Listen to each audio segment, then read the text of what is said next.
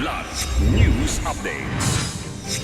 Mga balita ngayon, kapitan sa Davao del Sur patay ng barilin habang naka-Facebook Live. Harry Roque tinangging na aresto siya sa airport sa Netherlands.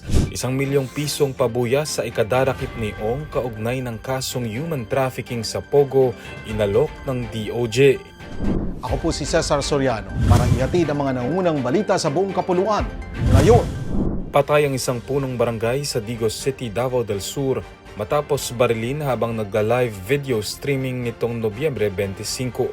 Ayon sa ulat, nagtamo ng tama ng bala si Barangay 3 de Mayo Chairman Oscar Dodong Bukol Jr.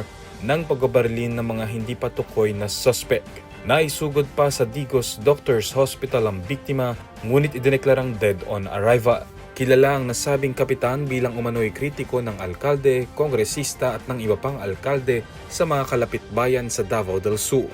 Nagpapatuloy ang investigasyon sa insidente habang panawagan ng mga kaanak at kabarangay ang hustisya sa nasawing kapitan.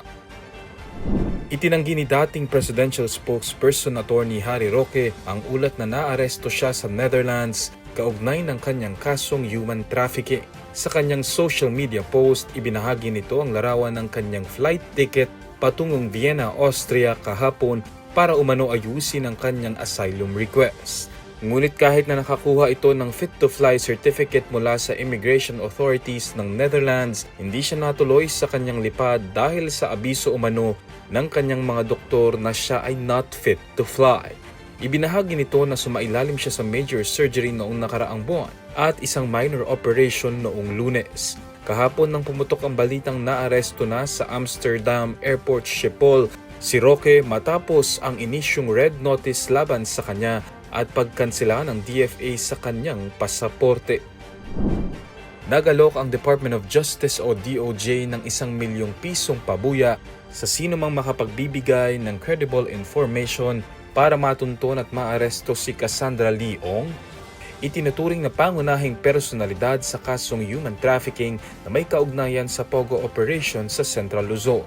Ayon kay Acting Justice Secretary Frederick Vida, kulang pa ang kasalukuyang intel sa kinaroroonan ni Ong na sinasabing may kakayahang umiwas sa otoridad at makalabas-masok ng bansa kahit kanselado na ang kanyang pasaporte. Posible rin umanong nakalabas siya sa pamamagitan ng backdoor exits. Kinumpirma naman ni DOJ Undersecretary Nikki T na pinalna ang kanselasyon ng pasaporte ni Ong, dating presidential spokesperson Harry Roque at 3 pang individual.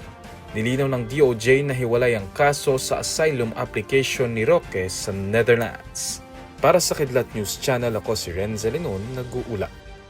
ako po si Cesar Soriano kasama nyo sa bawat pagbuto ng balita.